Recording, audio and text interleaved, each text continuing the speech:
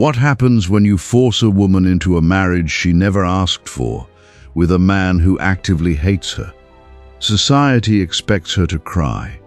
Religion expects her to pray. But psychology tells us something much darker. You do not get a simple victim. You get a quiet architect of generational trauma and the mastermind behind the greatest silent revenge in human history. For thousands of years, people have painted the story of Jacob and his two wives as a beautiful, complicated romance.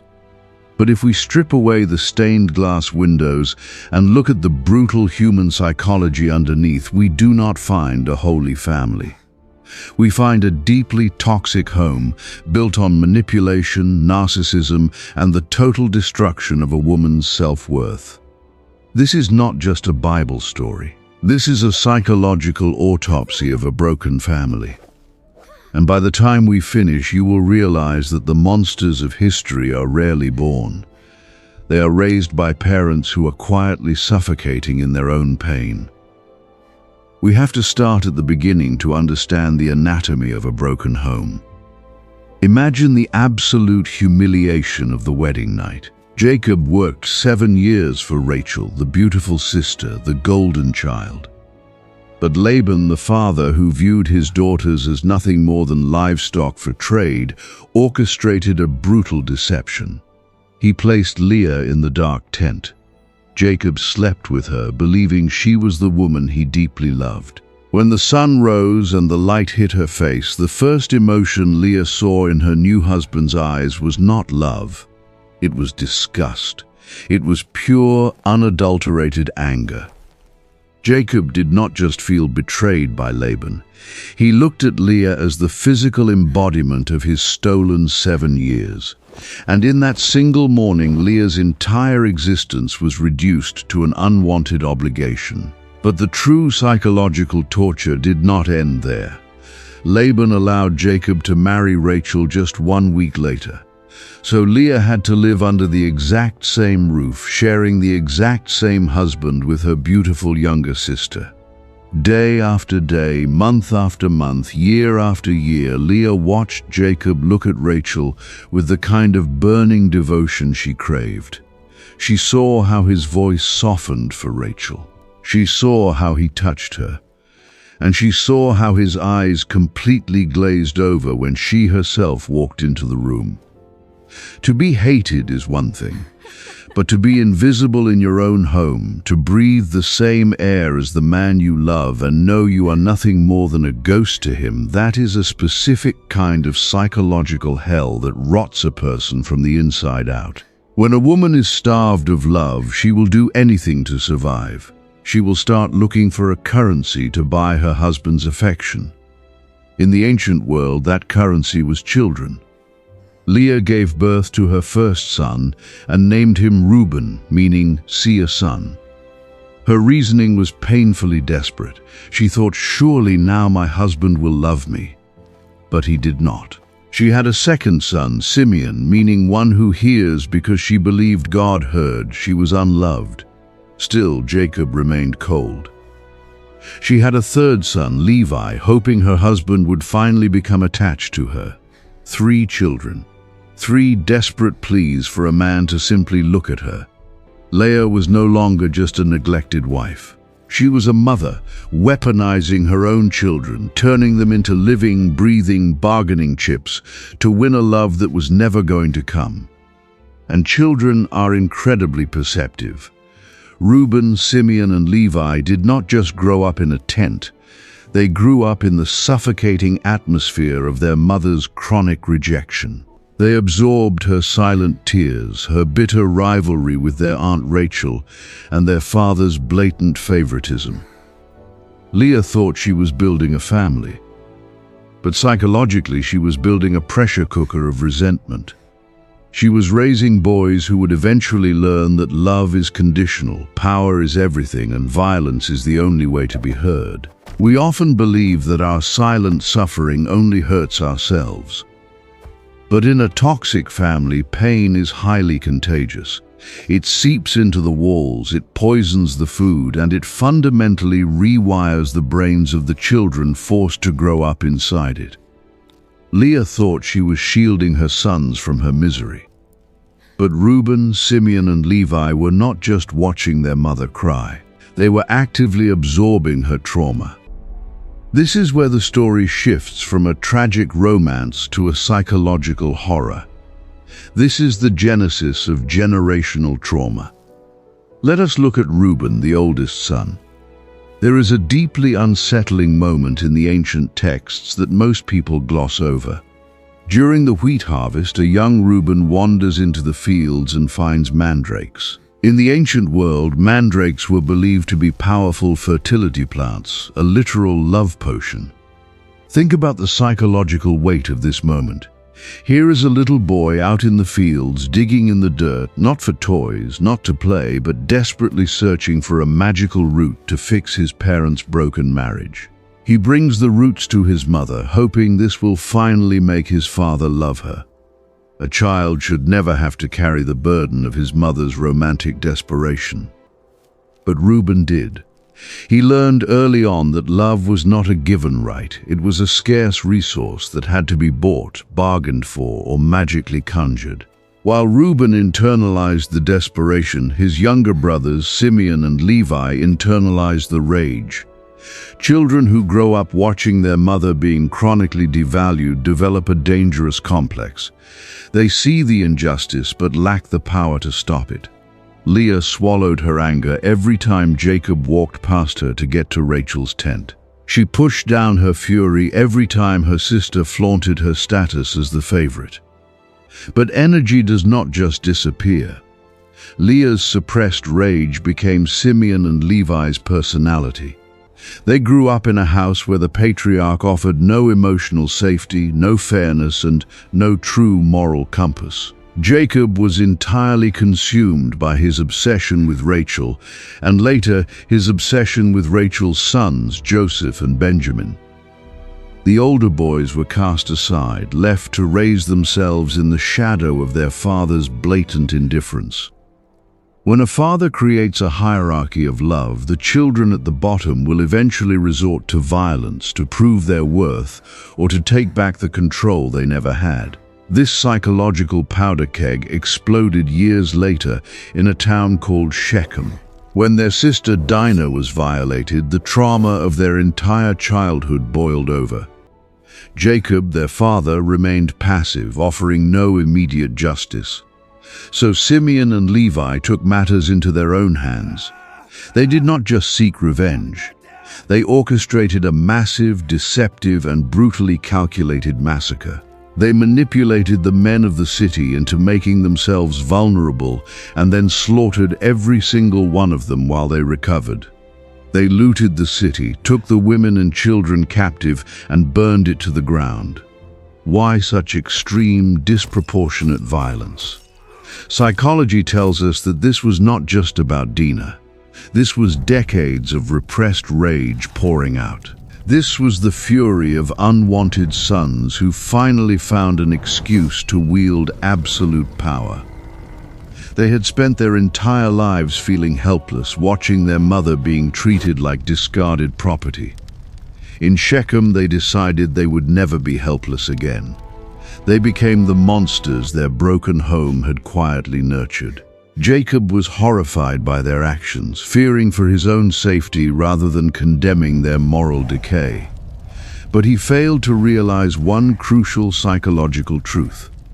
You cannot raise children in a house built on deception, favoritism, and chronic emotional neglect, and then act surprised when those children grow up to burn the world down. Leah's silent tears did not just fall into the dirt. They watered the seeds of a bloodbath. There is a moment in every toxic dynamic where the victim hits absolute rock bottom. For Leah, that moment was not the wedding night, and it was not the birth of her first 3 sons. The lowest point of her psychological descent happened on a random evening during the wheat harvest. Rachel, the favored sister, desperately wanted the mandrake roots that Leah's son had found. Rachel offered a cold, calculated trade. She said she would let Jacob sleep in Leah's tent for one night in exchange for the plants. Leah agreed. When Jacob returned from the fields, Leah went out to meet him and said, "You must sleep with me tonight because I have hired you with my son's mandrakes." Sit with that reality for a moment. A wife had to rent her own husband for a single night using a handful of roots. This is what severe emotional starvation looks like. When you are deprived of love for years, you stop asking for respect. You start settling for scraps. You barter for basic human contact. Leah had allowed her self-worth to drop so low that she was willing to pay a physical price just to have the man who hated her lie next to her in the dark. This is the brutal reality of emotional codependency. You become addicted to the person who is destroying you, believing that if you just try a little harder, give a little more, or suffer a little longer, they will finally turn around and heal the wounds they inflicted. But you cannot heal in the same environment that broke you, and you cannot extract love from a stone.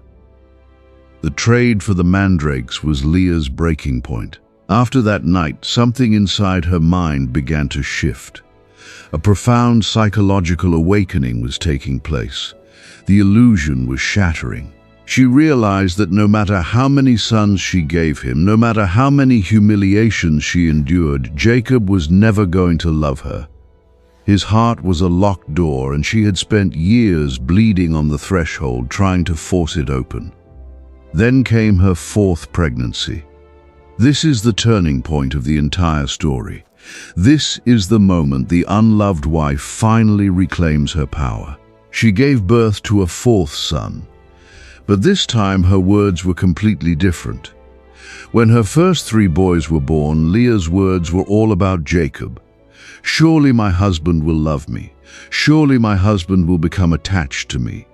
Everything she did was centered around gaining his validation.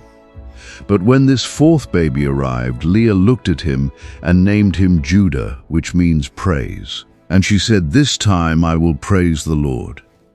Do you see the monumental psychological shift that just happened?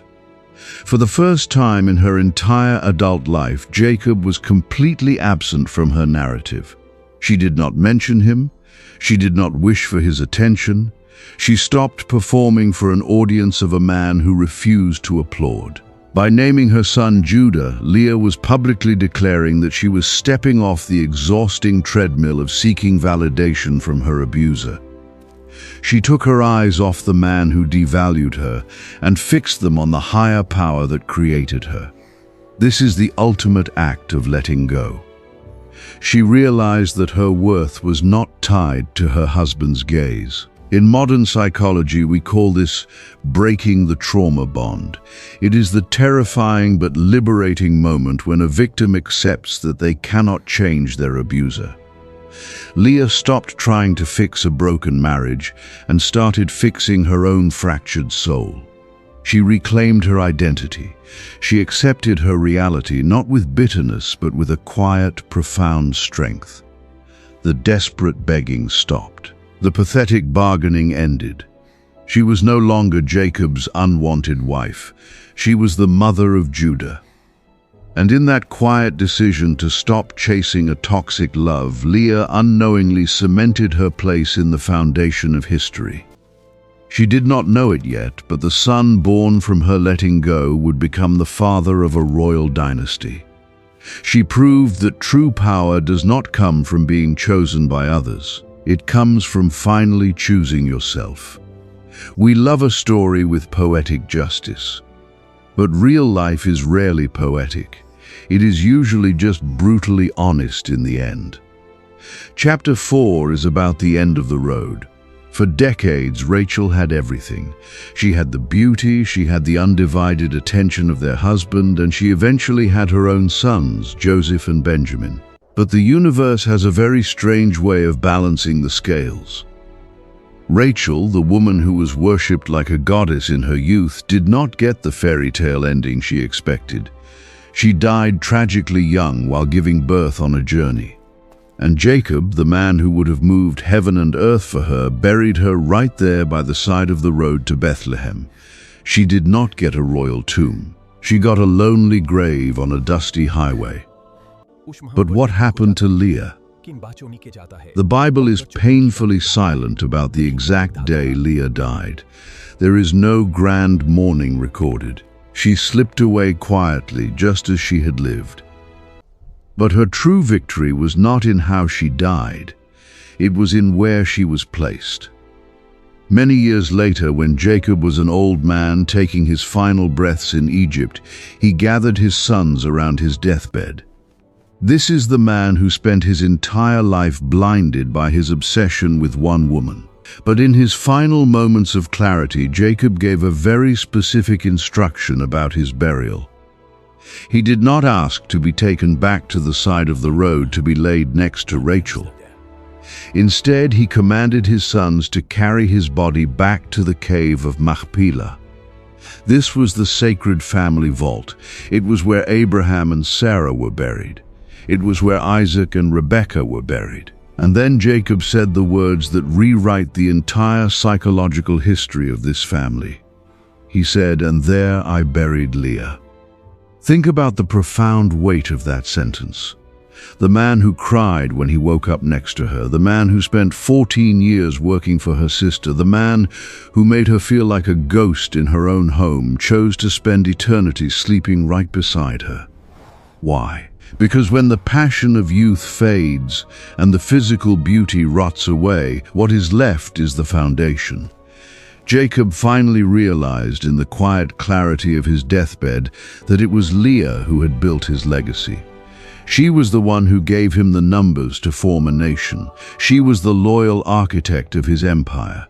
Rachel was his obsession, but Leah was his wife. And history validates this quiet revenge in the most spectacular way imaginable. You see, Rachel's sons became powerful men. Joseph became a ruler in Egypt, but they did not become kings.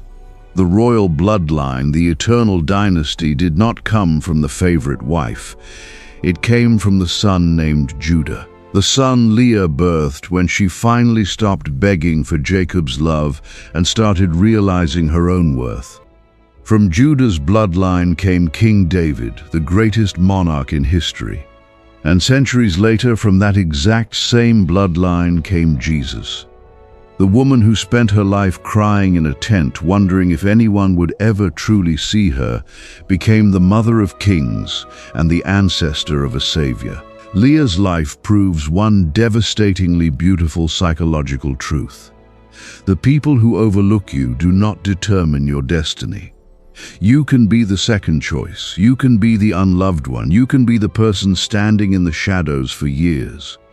But if you stop letting your abusers define your worth and start building your own quiet strength, you will outlast them all.